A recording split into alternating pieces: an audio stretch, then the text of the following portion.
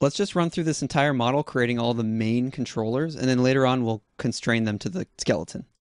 So I'm going to go to the Curves and Surfaces tab over here and start by creating a circle. And that's going to create our circle in the middle of the grid. I'm going to scale it out. And this one here is going to be our global controller. And this is what's going to control all of our controllers, so that when we move it, we can actually translate our entire model with all the rig and everything at the same time. And if you right click on the curve, hold down right click and go to control vertexes, you can kind of customize this curve to look a little more like you might want it to. Because if our whole rig just uses circle shapes for controllers, it might be harder to discern what the controller does specifically. I like to make these more global controllers kind of square. So I'm going to grab these 4 tangents here and scale them inward to create kind of a square there. And I can grab this and scale it out a little bit more.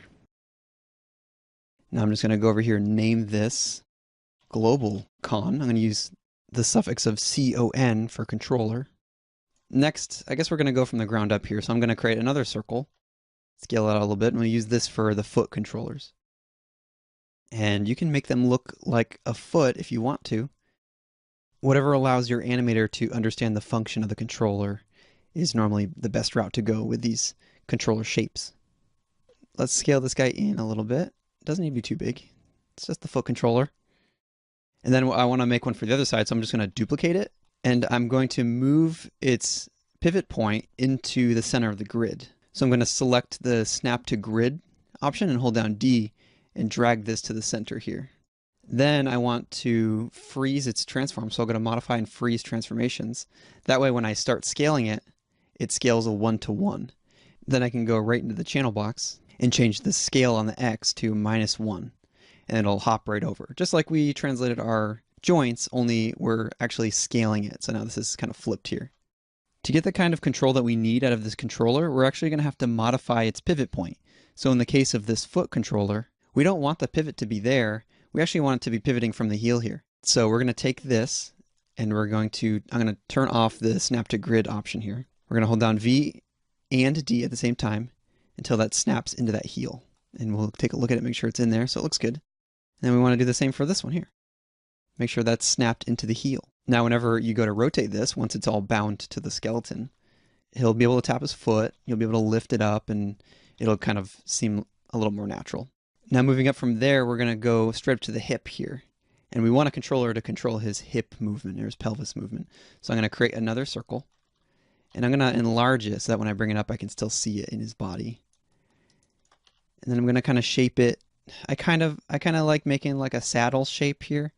So I'll grab these 2 tangents on the sides and I'll bring them down a little bit so that the shape of the controller sort of indicates the part of the body that it'll be controlling. It's sort of like a saddle shape there. So I know that's just the shape I use. You can make all kinds of shapes. People get real creative with these curves. We're just going to make some simple curves here. Bring those in. You want to make sure these handles are easy to grab, but you also want to make sure that they're not getting in the way of other handles. So you just need to find a good balance there. Now we'll want this to pivot from the pelvis, so we're going to drag the pivot point holding D and V and just drag that and place it inside the pelvis joint itself. So when we rotate, we don't get any funny movement because it's rotating from the joint's natural point of rotation. And next we'll create a center controller, and this is a controller that controls everything but the feet. So eventually when we set up our hierarchy, you can use this center controller to control where the character's center of gravity is. So essentially you can move him around and he can still remain standing on his feet. So I like to consider that more of a global controller as well. So I'm going to copy our global controller because it's square, and I'm going to move it up and put it right where that center is there. And that's a handy handle that you use quite often. So the squareness of the shape implies its significance, to me at least. I'm going to place that there. And then of course I'm going to move this pivot right to that center joint there, that root joint that we have. And look at that, we already got carried away and I forgot to name these handles that we already created. So we want to go back down here and call this one L foot con. And then next to its neighbor is the right foot con. Then we have our pelv con. And then we made a center con. And I'm calling that center even though this is our root joint for now. because we'll eventually create a root joint at the center of our grid to allow for root motion later on. But for now, we don't have to do that. So I'll just name this controller the center controller, and then I'll click on the joint, go to the channel box, and call this one the center joint. And then later we'll create our actual root joint. So moving right up, we have some spines that we need to create. So we're going to put controllers on each one of the spines.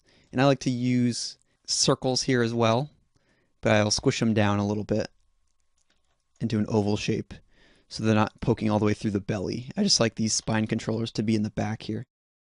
And sometimes I even grab a control vertex and push it in like this, just so that it doesn't, because it sort of looks like a cross section of a back now. Like if you chop this guy in half, the stub that was left would kind of be this shape. And also this doesn't cut through to the other side if it's pushed in like that.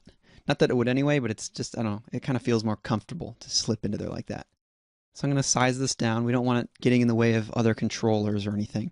And I'm going to hold down D and V again and snap that to our first spine right there, right at the base of the back.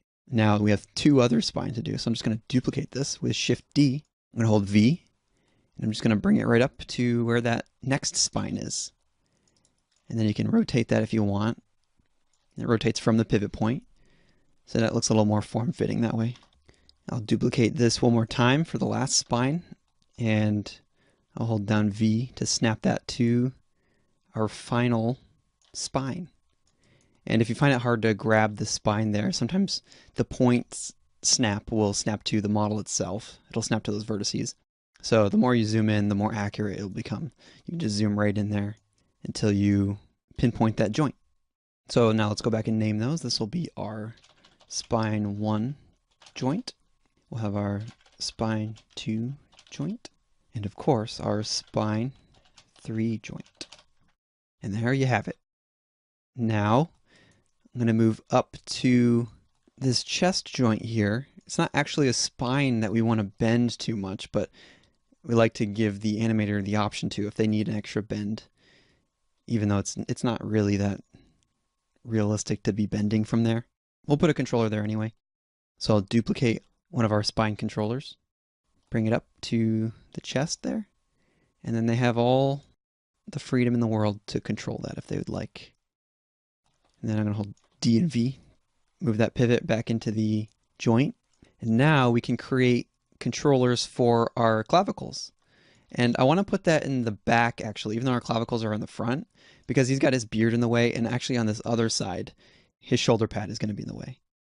So let's just create some controllers in the back here.